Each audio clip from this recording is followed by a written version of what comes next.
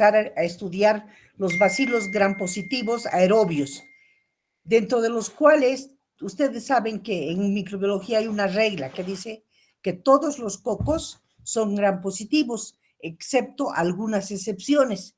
Posterior a este tema vamos a hablar de la excepción de los cocos de los gram positivos, que serían los gram negativos. Pero antes vamos a hablar de los bacilos gram positivos aerobios, que también son una excepción, conocidos como Bacillus anthracis o anthrax. El anthrax, que es la enfermedad que vamos a estudiar hoy, es una enfermedad infecciosa, muy aguda y que en ocasiones es fatal. Y el bacilo que lo proporciona o que lo hace que esta enfermedad ocurra se conoce con el nombre de Bacillus anthracis. Entonces, esta enfermedad ha sido muy conocida en la época del año 2011, por ejemplo, cuando se acuerdan el ataque a las Torres Gemelas y algunos otros ataques de estos terroristas que mandaron unas cartas contaminadas a la embajada de los Estados Unidos con esta bacteria, precisamente con esta bacteria, con Bacillus anthracis, y murieron empleados no sé si ustedes todavía estaban, bueno, han debido estar muy pequeños, pero ya se sabía de esta enfermedad y de esta patología que fue manipulada genéticamente, esta bacteria Bacillus anthracis, porque en ocasiones puede ser fatal. Generalmente esta enfermedad ocurre en los animales, puede ser salvajes, pueden ser domésticos, sobre todo en aquellas personas que crían caballos, terneros, cabras, ovejas, camellos, pero a veces también puede ocurrir en los seres humanos. Esto en forma natural. Ahora bien, ¿qué microbiología tiene este bacilo?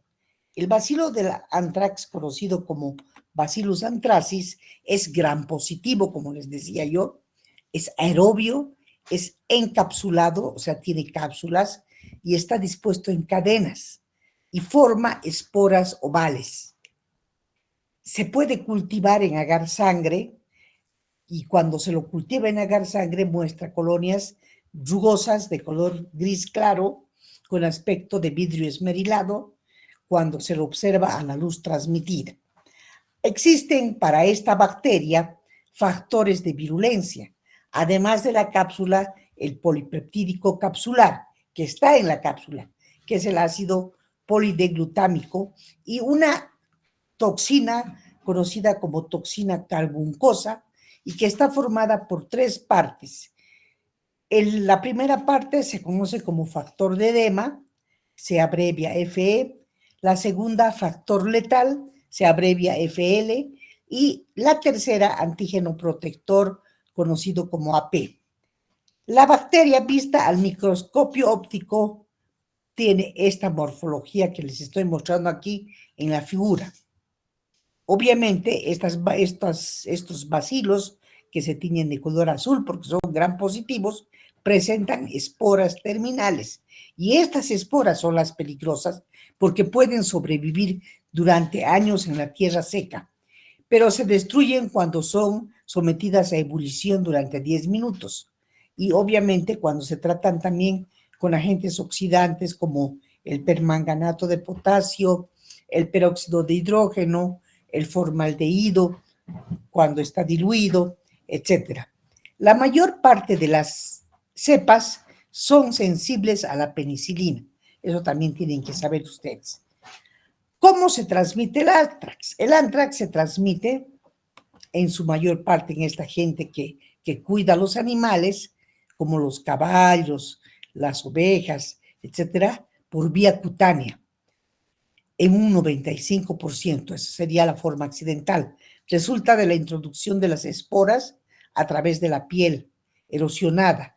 Puede ser que tenga una picadura, una cortadura en las manos, entonces la bacteria ingresa por allá, aprovecha.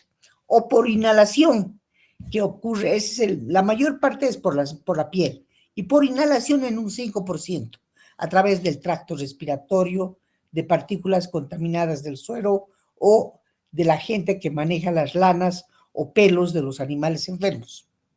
Por ingestión también puede ocurrir, pero raras veces. A través del tracto gastrointestinal puede surgir luego de consumir carne contaminada de estos animales. Entonces, si volvemos a repetir cuáles eran los factores de virulencia de la bacteria, podemos decir que teníamos la cápsula de ácido polideglutámico antifagocítica, que tiene propiedades antifagocíticas, posee un gen plasmídico, su toxina, que estaba constituida por 3 proteínas, el antígeno protector AP, el factor de edema FE y el factor letal FL. El antígeno protector, ¿cómo ocurre esto? Se fija a receptores celulares, activa el rompimiento de las proteínas, que va a formar un canal de membranas, que va a mediar la entrada del factor de edema y del factor letal. El factor de edema, que es una adenilato ciclasa, más el antígeno protector, que es una toxina letal, que son ambas de esporas derivadas de la lana, del pelo, de la piel, se van a inhalar, se van a fagocitar y se van a transportar a los pulmones y se transportan por drenaje linfático a los ganglios mediastinales, donde van a germinar estas esporas y van a producir esa toxina. Y obviamente se va a producir la mediastinitis hemorrágica y la muerte. Esto ha pasado cuando recibieron esas cartas en la embajada, manipuladas, inclusive aumentada su potencialidad genética en laboratorios de estos terroristas, ¿no es cierto? Entonces fue la contaminación por vía aérea. Se inhalaron las esporas y obviamente la gente llegó a morir precisamente porque se produjo la mediastinitis hemorrágica y la muerte. Bien, por lo demás, esta bacteria puede ingresar por la piel y no llega a producir ninguna muerte porque se puede curar a la persona administrando antibióticos. ¿Cuál es la patogenia? La patogenia, conocida como carbunco cutáneo, es cuando las esporas comienzan a penetrar en la piel y van a germinar al interior, los elementos comienzan a multiplicarse y se va a formar una toxina carbunculosa.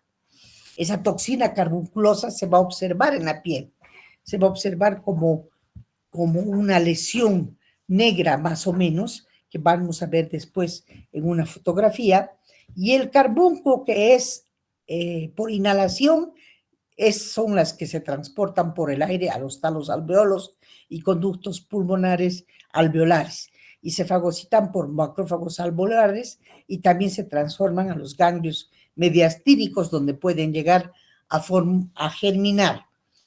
En el carbunco digestivo las esporas las germinan en el intestino y luego en los ganglios regionales. ¿Qué mecanismos de patogenicidad tenemos? Ya sabemos, el antígeno protector que se va a unir a las células diana donde lleguen, se va a cortar en 2 fragmentos una proteasa celular y el fragmento mayor va a permanecer unido a la superficie celular para que penetren el factor edema y el factor letal. El menor, el factor letal es el que se va a liberar. El fragmento de antígeno protector va a mediar la entrada del factor de edema y el factor letal a la célula diana, a la célula a la cual esté ingresando por endocitosis. El factor de edema, que es la adenilato ciclasa, dependiente de las calmodulinas, va a producir, como su nombre indica, un edema en las lesiones de carbúnculo o inhibición de polimorfos nucleares o de linfocitos por aumentos de la AMP cíclica en las células. También podemos que la entrada del factor letal, mediada por el antígeno protector, en las células que son susceptibles, llamadas también células diana, van a conducir a la muerte por otros mecanismos de tipo desconocido. ¿Cuánto tardan en aparecer los síntomas? Los síntomas varían en aparecer según el tipo de exposición, pero usualmente surgen en 7 días. Cuando la exposición es cutánea, comienza en una pequeña hinchazón por la picadura de un insecto, 1 a 2 días, se convierte luego en una vesícula y luego en una úlcera sin color, de diámetro de 1 a 3 centímetros, de color negro en el centro. Los ganglios de zonas adyacentes pueden hincharse en la cabeza, en el cuello y en las extremidades. Generalmente estas lesiones se autolimitan. ¿Qué quiere decir eso? Se curan espontáneamente y no dejan cicatriz. Eso cuando ingresa por vía cutánea. En el 20% de los casos que no se tratan pueden resultar en muerte, pero raras veces, generalmente existen muertes con las terapias cuando se da terapia antimicrobiana, adecuada. Vamos a observar las lesiones. Acá tenemos la lesión, miren, en la piel cuando penetran por la piel de las manos, esta es el tipo de lesión que produce. En la cara también, ¿no? De borde negro. La más peligrosa es la que ingresa por inhalación de las esporas. En un principio, la que ingresa por inhalación puede similar un resfriado común. Después de varios días, los síntomas van a progresar hasta producir problemas respiratorios severos. Algunos síntomas van a ser la fiebre, la disnea, el estridor, la hipoxia, la hipotensión, y eso puede llevar a la muerte en 24 horas. Cuando se ingiere, los síntomas pueden aparecer de 2 a 5 días. Y puede haber una inflamación del tracto gastrointestinal, con náuseas, con pérdida del apetito, vómitos de sangre y diarrea severa. A veces resulta fatal en un 25 a un 60% de los casos. La propagación del anthrax, en realidad, de persona a persona directa, es sumamente improbable, eso no existe. Por lo tanto, no hay necesidad de inmunizar, de conseguir vacunas o tratar los contactos de las personas enfermas, como familiares, amigos, etcétera, a menos que todos estos estuvieran expuestos a la misma fuente de infección, como pasó a través de esas cartas que llegaron a la embajada y que les he relatado, que según expertos, esa posibilidad de que lleguen por cartas las esporas es casi remota, ¿no? A no ser que sea utilizada como arma biológica, como fue aquella vez que llegaron con alta preparación tecnológica y obviamente con manipulación genética desde otros laboratorios. Entonces, ¿por qué? Porque se puede cultivar las esporas, pero la sustancia resultante va a contaminar inclusive a quien la manipula. Es muy difícil convertir esas sustancias en fino polvo sin destruir a las esporas. O sea que esto fue una realidad que aconteció y bueno, pero es un caso aislado. ¿Cómo se diagnostica el bacilo del anthrax? Es muy simple. Es una especie en cualquier muestra, ya sea piel, sangre, lesiones o exudado de la piel de las heridas, se puede hacer un extendido y obviamente llevar a hacer una tinción y se van a observar o se van a comprobar la presencia de Bacillus anthracis en estas muestras clínicas, tiñendo los frotes. Cultivo, también se puede cultivar a la bacteria, crece muy fácilmente en agar sangre, formando colonias grises, rugosas, con apariencia de vidrio esmerilado. Ustedes saben cómo es cuando se rompe un cristal, esa apariencia del vidrio esmerilado tienen las colonias del anthrax. Se puede hacer también otras pruebas más rápidas, como de serología, y ahí están el enzimo inmunoensayo, o sea, la técnica de ELISA, el Western blot, la detección de toxinas, los anticuerpos fluorescentes, etcétera, etcétera. Entonces, ya saben ustedes, el 95% de las vías de contagio siempre son cutáneas. Apenas un 5% es producida por inhalación. Lo que ocurrió en el año 2001, donde hubo 22 casos, 11 personas se infectaron con las esporas que salieron y contaminaron la oficina de la embajada, y 11 fueron cutáneos, y 5 murieron de los 11 que no respondieron al tratamiento. Imagínense. Bien, entonces el tratamiento tiene que ser temprano, con antibióticos.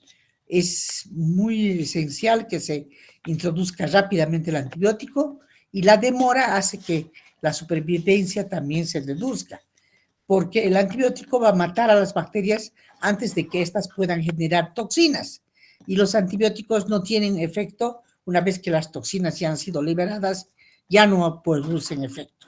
Por eso es que el carbunco es generalmente sensible a la penicilina, a la doxiciclina y a las fluoroquinolonas. También se puede administrar ciprofloxacino de 500 miligramos, sobre todo en pacientes que son alérgicos a la penicilina. Nadie conoce la dosis, el tratamiento óptimo y si realmente es eficaz. La prevención, hay que prevenir y hay que vacunar, sí, a los animales. A los animales. Los animales son los que tienen que tener vacuna. La vacuna para seres humanos solamente sería efectiva en sitios como los cuarteles militares donde crían muchos caballos o tienen ocupaciones de alto riesgo, quizás podría ser eficaz. Pero por lo general hay que evitar comer carne que no ha sido debidamente cocinada. Estos serían los bacilos gram positivos. Ahora bien, tenemos otro bacilo que es conocido como el bacillus cereus, que es también un gran positivo, muy importante, solo que el bacillus cereus se conocen dos variantes de este bacilo. Una variante emética, que se encuentra en el arroz, y una variante diarreica, que se encuentra en las salsas y en la carne. Generalmente el bacillus cereus nos intoxicamos comiendo arroz de origen alimentario autolimitado o carnes mal cocidas que hayan incubado con 24 horas y van a producir, como eso tiene una variante médica, muchas náuseas, muchos vómitos, muchos cólicos. Es muy importante el bacillus cereus en infecciones oculares porque puede producir querativitis o conjuntivitis graves o panoftalmitis. Esta sería la otra bacteria parecida al Bacillus anthracis, pero conocida como Bacillus cereus. Bien. Aquí vamos a quedar. Si tienen alguna duda, alguna pregunta, por favor.